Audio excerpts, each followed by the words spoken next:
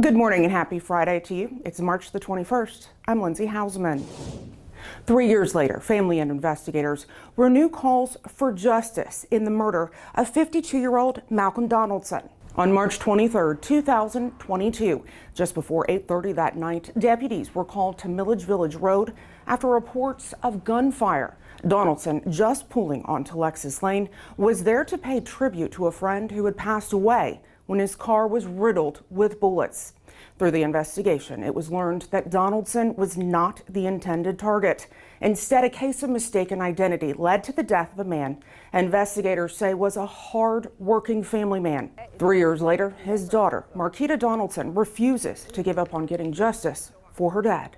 I still want people to come forward. Like, I see cases that are solved that, from years ago, something comes up and is solved. So I just be praying that one day that is him, but I can't stress myself every day. I can't stress myself every day about it. And I think he's still with me in some form, he's still with me. So I'm just appreciative of that. The investigation revealed multiple shooters were involved. 3 different types of cartridge casings were found at that scene. Investigators also say evidence collected that night connects to other violent crimes in Beaufort County. Of course, anyone with information regarding Donaldson's case is urged to call Lieutenant Jason Malfris. His number is 255-3233.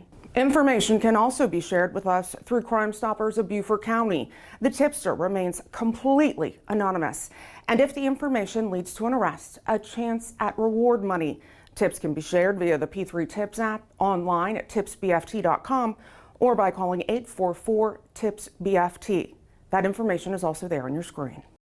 To learn more about Malcolm Donaldson and his case, you can view our short-form documentary on our YouTube page. That's youtube.com/@Beaufort County Sheriff's Office. Now, once you're there, you're going to want to click on the playlist Unsolved Beaufort County and then Donaldson's video. 60-year-old Darren Vaughn was arrested on Tuesday for criminal sexual conduct with a minor, first degree.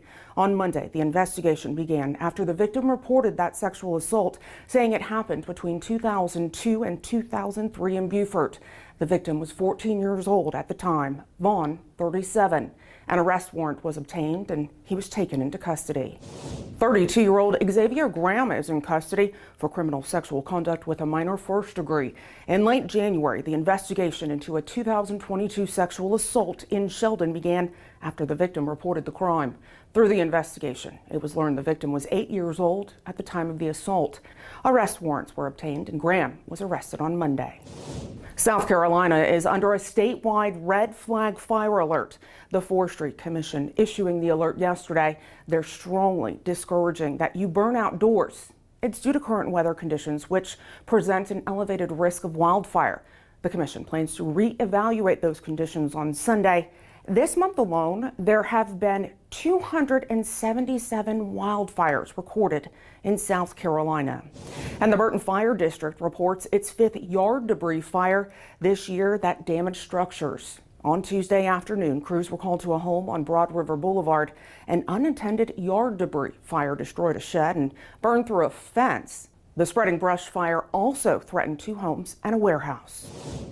Are we prepared in the event of a critical incident such as a terrorist attack, one possibly involving weapons of mass destruction? Well, on Tuesday, our SWAT team and Explosive Ordnance Unit participated in its annual risk assessment through the SLED Office of Homeland Security.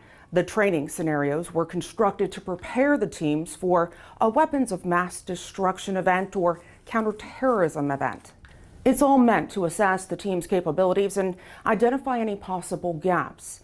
There's also grant funding provided for things like training, equipment, and so on. We did do very well in this exercise, and but the things that we did learn, the things the evaluators brought up, obviously we will start working on and implement for future call-outs or exercises. Our teams did a great job. And training, it's a very important part of what we do here at the Sheriff's Office, ensuring that all of our staff is prepared and ready for whatever situations they may encounter.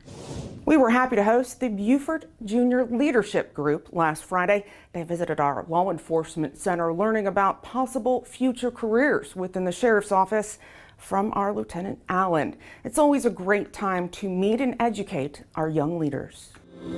Well, time for some good news. Monday, we held a promotion and retirement ceremony, and it was a big one, too.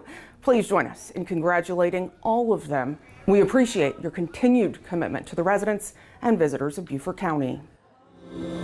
Well, are you looking for something to do this weekend? Here are just a few of the events taking place in Beaufort County. We'll start on St. Helena Island as the Gullah Geechee Nation hosts its Indigo Ball tonight. It starts at 7:30 at the Penn Center. Money raised benefits the Gullah Geechee Land and Legacy Fund. Tomorrow on Hilton Head Island, savor the flavor at the annual Wing Fest at Lowcountry Celebration Park. That is from 11 to 5. More than 8,000 pounds of chicken wings are expected to be prepared for a finger-licking good time. Well, I want to hear from you. Your thoughts, ideas, feel free to share them with me. You can send me an email at lindsay.hausman@bcgov.net. And let's connect on social media too. The Sheriff's Office is on various platforms, making sure that you're staying up to date and in the know. And speaking of staying up to date, have you downloaded the Everbridge app? Download it for free from your Android or App Store and get immediate alerts and updates from the Beaufort County Sheriff's Office. Search Everbridge. It's the first result. It's the blue icon and the white outline of a check mark. Now, after installing, input your zip code and then make sure to subscribe to our agency. Also, allow all critical notifications. Thank you for watching this week's episode. We'll see you next week. Stay safe.